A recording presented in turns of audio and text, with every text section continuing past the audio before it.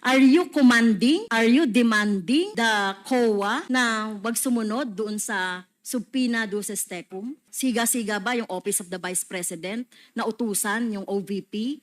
Utusan ang COA na hindi kami sundin? May plano talaga ang Office of the Vice President na mag-interfere doon sa ating conduct ng ating proceedings. I'm sorry, Attorney Lopez, no? Dahil ikaw yung nakapirma dito, may I move to cite Attorney Lopez in contempt. Mr. Chair, I move. And I would like to request to the members of the Honorable Committee to lift that contempt order or to reconsider and grant my request, Your Honor, not to cite me in contempt. I stand by my motion, Mr. Chair. Mr. Chair, I would like to ask the COA doon sa payments on the rental of safe houses.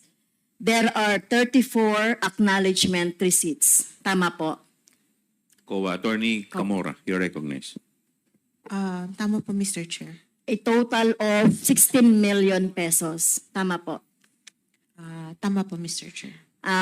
Ito po, Mr. Chair, no, mula December 21, 2022 up to December 31, 2022. So, 11 days na ginastos para sa mga safe houses.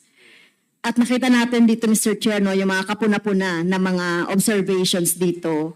At kung aanalisihin natin ay baka nga, no, di natin alam saan napunta itong mga amount na ito. Kasama ba yung 16 million sa notice of disallowance, Mr. Chair? COA.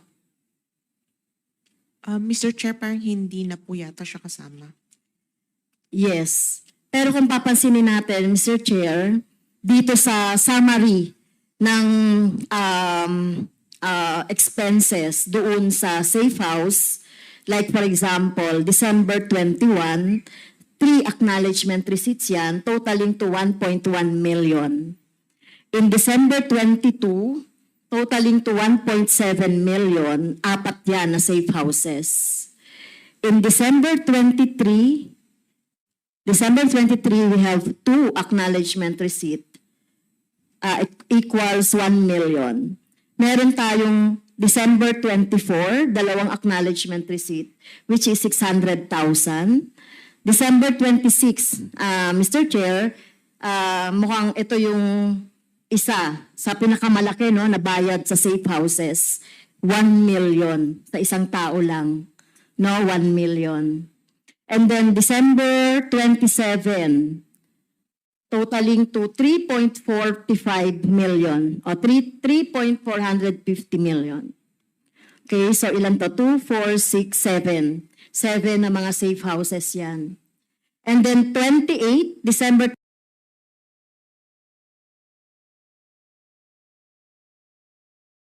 28, Mr. Chair, meron tayong 2.850 million na gastos para sa safe houses. 2, 4, 5. Okay? 5 people, no? Merong mga unreadable.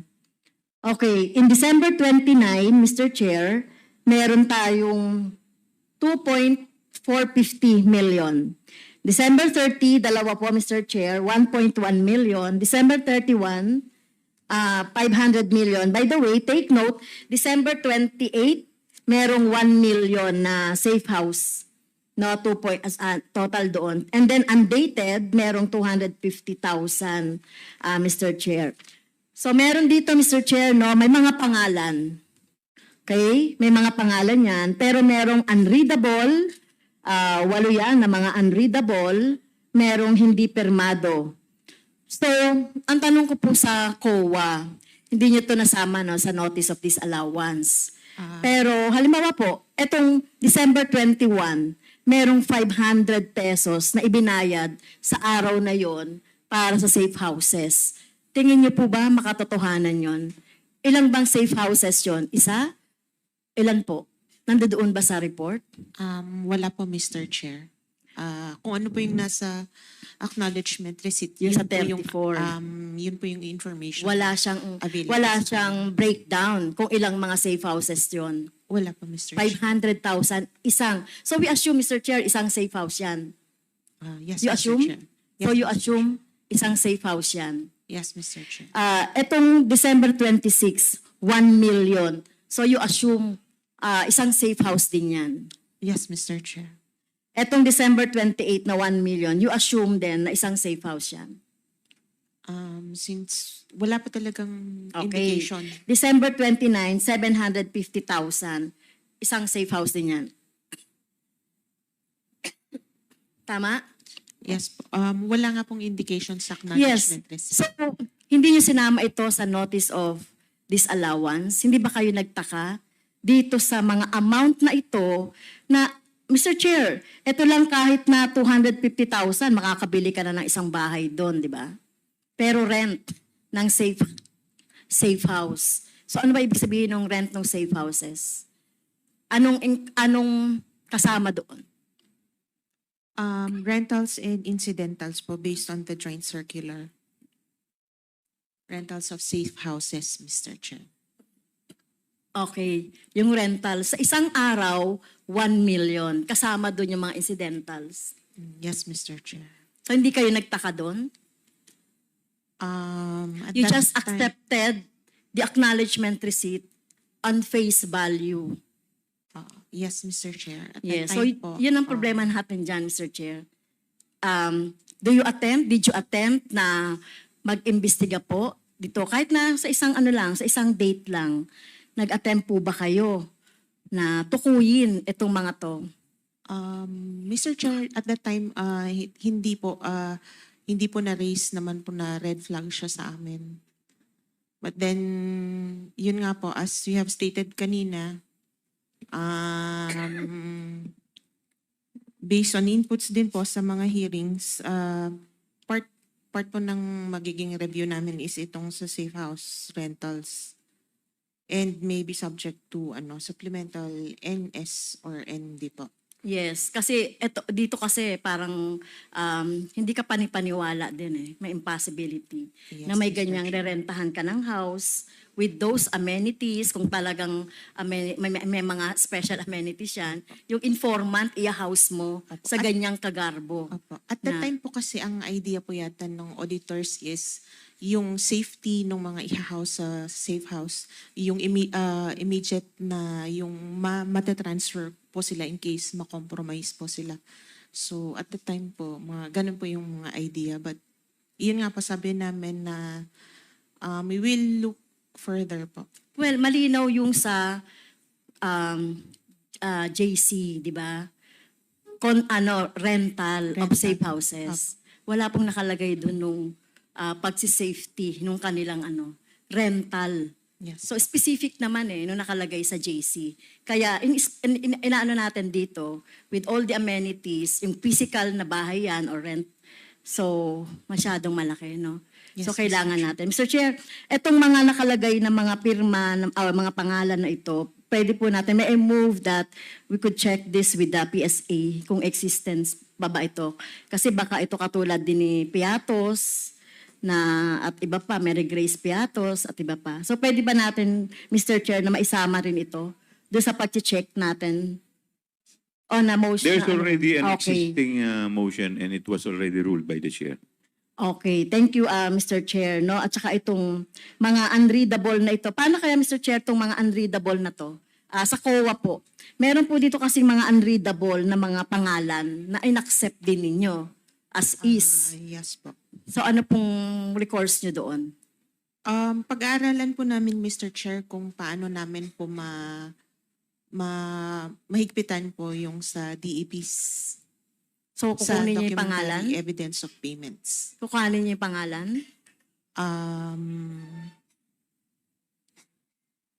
Possible po na pag hindi namin ma-verify talaga yung name is i-end na po namin sila. Ano ibig sabihin? Okay. END. I-part po Okay. na ng Thank notice you. of disallowance. Okay, thank you. At saka ito din kung existing itong mga pangalan na ito. Opo. Okay, so 16 million din yan. Okay, next.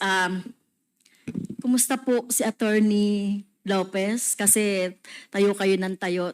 Understandable naman kung meron kayong dito, no? Scoliosis, At, Your Honor. at sa loob ng 9 na oras, very cool din kayo sa Thank you. pagsagot. Thank you. Okay, so tayo po, ginagawa lang natin yung trabaho natin. So, naintindihan po natin yun, di ba, attorney? Yes, ma'am. We Okay. understand.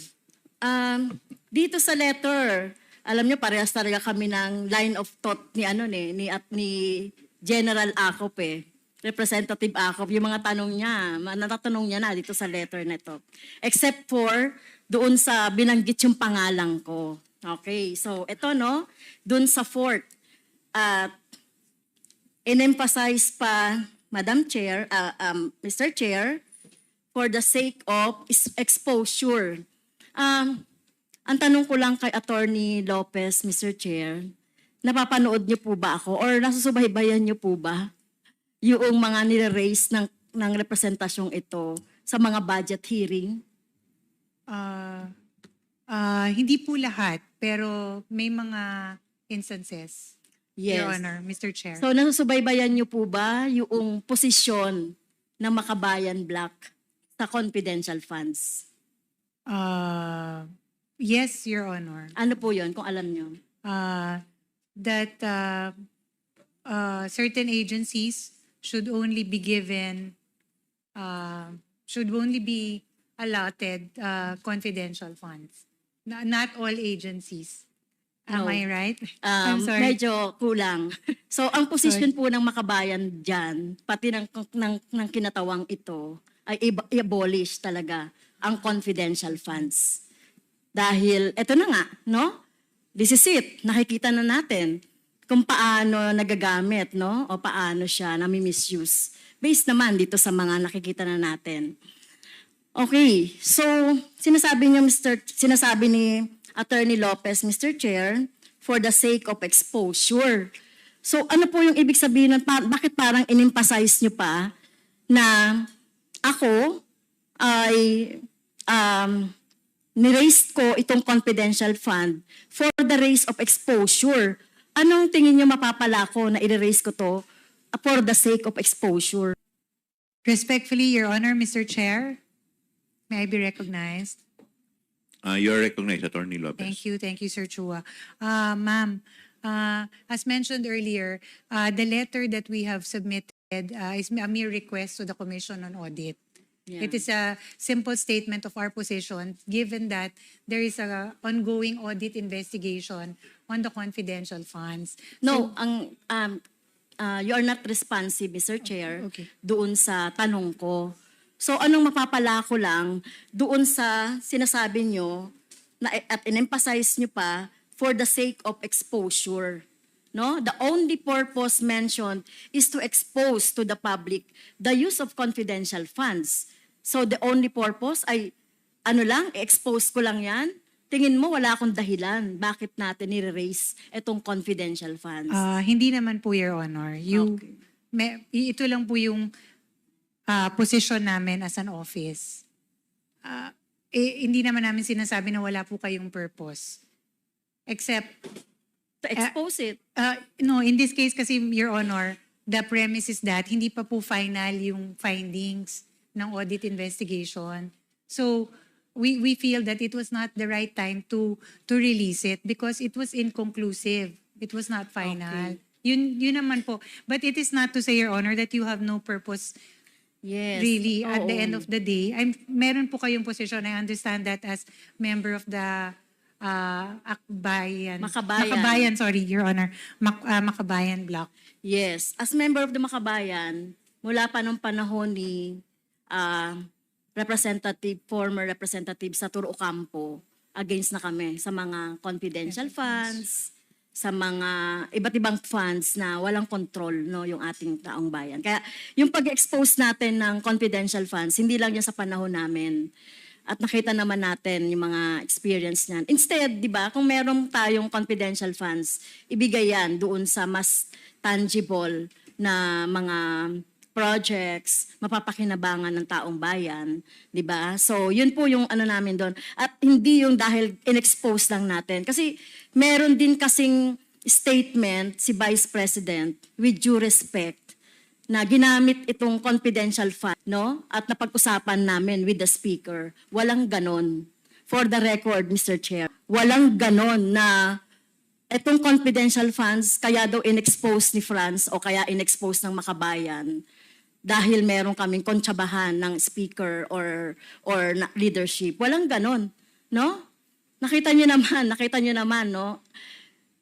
Bakit natin expose ito? Dahil may nakita tayong notice of disallowance at bukod pa dun sa purpose natin na syempre hindi dapat nagkakaroon ng confidential funds. So, yun po, no? Para on the record, malinaw lang yung posisyon ng Makabayan at ng kinatawang ito dito sa confidential funds at walang kinalaman si Speaker, with due respect, no, kung bakit namin ini-expose yung confidential funds. O baka naman isipin na naman ni Vice President na pinagtatanggol natin ng Speaker. Wala pong ganon. No? Dito sa Kongreso, magkakaiba man kami ng position dito sa Kongreso, we respect each other's political position, political belief, no? So, talagang gano'n na, kasi iba-iba talaga pinanggagalingan. Okay, so gusto ko lang malaman, gusto ko lang di ba? Gusto ko lang din linawin yung point na yon. Well,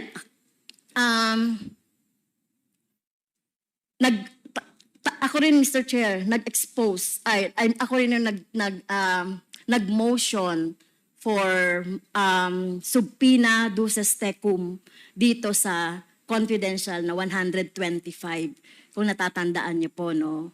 At ang reason doon ay dahil meron tayong nakuhang ND, Notice of Disallowance. At tama naman, at tingin niyo ba, may karapatan ang mamamayan na malaman nila itong pinagkakagastusan ng confidential funds. Na sinabi ko naman doon sa, when we hear the budget of the COA that time. Your Honor, the agency errs on the side of prudence because according to the JC Memorandum Circular, this is information that is only given to certain agencies. Yun lang naman ang Yes. position namin. We Kaya- just want to be on the prudent side of releasing information. Yes. Kaya nga, in aid of legislation, binuksan natin itong issue ng confidential funds. Wala pa ang VP, wala pa ang OVP, ay issue na natin itong confidential funds. Kaya gusto natin talagang mabago, no? Yung pagtingin dito sa confidential funds. Okay, Mr. Chair, nung tinanong natin during the budget hearing of the OVP, yung tungkol sa, ako yung first na nagtanong doon sa budget hearing ng budget ng OVP. Did you remember that, Mr. Chair? Nandun ka sa likod ni VP. Opo, Oo, yes, nandun yes. ka sa likod ni VP. At talaga namang hindi ako satisfied kasi wala naman siyang sinagot. 2 linya lang yung mga sinabi niya, di ba? So hindi ako satisfied talaga. Okay, Mr. Chair. So, yun lang, no? Gusto ko lang linawin yung ano ba yung position namin sa confidential funds? Ano ba yung papel dito ni Speaker? No, walang papel whatsoever si Speaker doon sa pagbusisi namin sa confidential funds. Hindi lang naman OVP. Kung mapapakinggan niyo ko, ang Makabayan, hindi lang confidential funds ng OVP ang kinikriticize namin. Tama? Okay, so, Mr. Chair, kanina pa kasi, no, na tinatanong natin si Attorney Lopez na sinasabi niya parang wala siyang alam sa confidential funds. Not until na sinabi ng ating si DS Suarez, yung tungkol dun sa 2 letter. Nang ibig sabihin, meron siyang alam kahit papaano dito sa confidential funds. Pero kung di pa binroute out itong letter na to, na talagang kayo yung nakapirma dito, ay talagang mukhang pangangatawanan ninyo, no, na wala talaga kayong alam. Tama ba yung impression ko? Your Honor, wala po talaga akong alam as regards the disbursement, utilization. Hindi. Hindi yun. Yung the whole, yung confidential funds. Kasi parang sinasabi mo kanina na labas ka doon sa confidential funds. Kasi from budgeting, kasi tinanong ko nung last meeting, si Mr. Tendo, Rabago, napag-usapan naman talaga ito, no, yung 125, na pagre-request, no, nung 125. So may alam ka doon. Siguro ma'am, for the record, Mr. Chair, Your Honor, Mr. Chair. Yes, Oo. please continue, Ayun lang Attorney po yung Lopez. point of clarification. Ang point of clarification is that I am aware that in the budget of the OVP, meron po tayong confidential funds. Ang wala lang po akong direct or personal information is as regards the utilization, disbursement of Well, the said fund. I respect your Yun po your yung- answer to that. May clarification. Pero Oo. you respect me also na hindi ako naniniwala. I understand, Your Honor. So naniniwala ka ba na yung confidential fund is a public fund? Uh, It is not private. yes, Your Honor. Okay. So lahat po ng public fund, according to the law, ay ino-audit yan. At tinitignan kung saan ginamit at dapat alam din ng bayan, ng taong bayan, saan niya napunta. Yes, Your Tama. Honor. Oo. Kaya walang confidential na nga, pino-confidential pa natin no, yung paggasta nito. At sinasabi natin, kaya gusto natin baguhin yun eh. Kung magtutuloy pa rin yung confidential fund, hindi lang dapat speaker, hindi lang dapat Senate President, hindi lang dapat agency ang nakakaalam nitong utilization ng confidential funds. At doon tayo nang gagaling, mabago yung mga no. But of course, ang position namin, i-abolish yan. Okay, Mr. Speaker, dahil dito sa sulat na to, Mr. Speaker, Mr. Chair, sinasabi kasi dito sa sulat na ito na tama ba request lang sa COA na wag pagbigyan yung aming request for the subpoena? It was really just a request directed to the Commission on Audit, Your Honor. Pero Mr. Chair, on the second paragraph nung kanyang letter, yung letter po ni Attorney Lopez, nakalagay dito no, we are of the position that the subject subpoena should not be complied with for the following reasons. Ayun, na-explain mo na yon. Ano po bang ibig sabihin ng should not? Are you commanding? Are you demanding the COA na wag sumunod doon sa subpoena duces tecum? If Your Honor, Mr. Chair, Please continue, Attorney yes, Lopez. if you read the entirety of the letter, it is really a respectful request sa Commission on Audit. We are not demanding them or instructing them. It is really a respectful request if you read in the Well, entirety. Yes, oo. Pero pag should kasi parang demanding na yon, commanding na yon para sa akin, no? And Okay? yes, and Okay, may I so also kung- add, Yes, kung hindi ito demanding,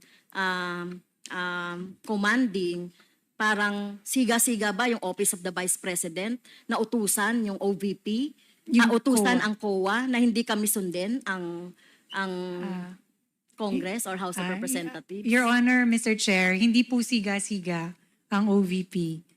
It is really just a respectful request, Your Honor, for them to consider our position.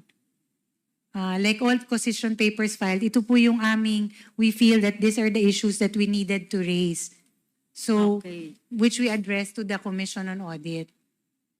Okay. So kanina, Mr. Chair, no, binanggit na ating mga colleagues yung mga dahilan no, kung bakit mali ang paniniwala ng Office of the Vice President, kung bakit we are holding a hearing in aid of legislation dahil sabi nila wala pa daw batas o wala pa daw panukalang batas. So kaya nga tayo nag-hear ng, 'di ba? Malinaw naman na 'yan. Pero dito sa letter na ito, Mr. Chair, may plano talaga ang Office of the Vice President na mag-interfere doon sa ating conduct ng ating proceedings. Dahil dito, Mr. Chair. At I'm sorry, Attorney Lopez, no, dahil ikaw yung nakapirma dito. And according to our rule, one of the reasons on the undue is the undue interference in the conduct of proceedings. So may I move, Mr. Chairs, na nag-violate si Attorney Lopez dito sa ating proceedings or doon sa ating trabaho due to this Section 11 Letter F, undue interference in the conduct of proceedings. May I move to cite Attorney Lopez in contempt, Mr. Chair? I move. Your Honor, Mr. Chair, before you make the ruling, Any second? if I may be allowed, Any second to the motion? uh, Duly seconded. Is there any objection? Your Hearing none, the Honor. motion is carried. respectfully, it was not the intention of the Office of the Vice President to, Attorney, you wait for me to acknowledge you. okay, I'm sorry. Yes, Attorney Your Honor, Mr. Lopez. Chair, I would like to seek an reconsideration, Your Honor, of that recent resolution to cite me in contempt, Your Honor. For the record, it was just a respectful request to the Commission on Audit. There was no intention, Your Honor, to demand from them or to order them or to commandeer them into something that they did not want to do. It was really something that we requested of the Commission on Audit, and at the end of the day, it is still the Commission on Audit who will decide best, Your Honor. And on another matter, this is a personal note for the Congressman Franz. Ma'am, I truly apologize if there was something in that letter that slighted you on a personal note. It was not my intention, Your Honor. I deeply apologize, and I wish and I hope you would consider my apology. This is my personal apology, ma'am. And I would like to request to the members of the Honorable Committee to lift that contempt order or to reconsider and grant my request, Your Honor, not to cite me in contempt. Maraming salamat, Your Honor, Mr. Chair. What is the pleasure of Congresswoman Franz Castro?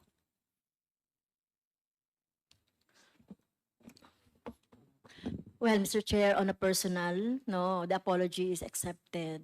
However, in the totality of the discussion from 10 o'clock up to now, nakita natin, Mr. Chair, no, very evasive, yung mga sagot ni Attorney Lopez.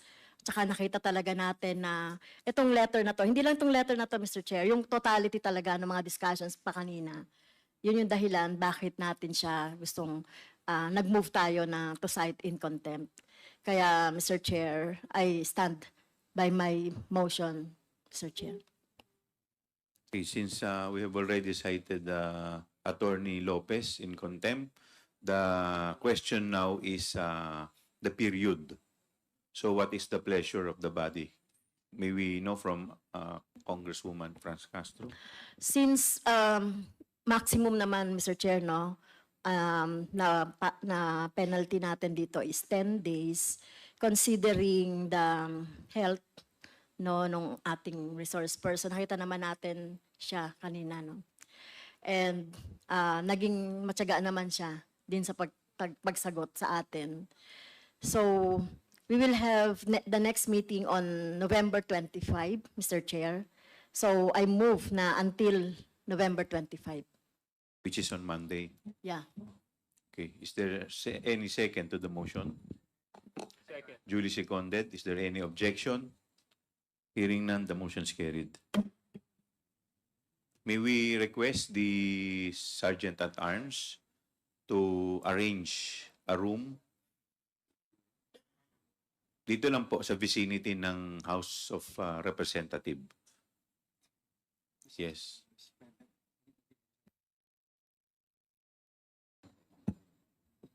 So, with that, meron Chairman, yes, the chair would like to recognize Congressman Paduano. Chairman, ganito lang po. Of course, si Attorney Lopez has asked for the lifting of that contempt order by this committee.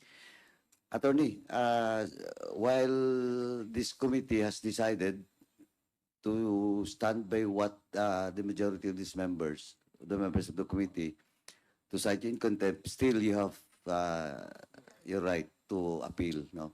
kahit bukas po. That's the right of every resource person or witnesses being cited in contempt.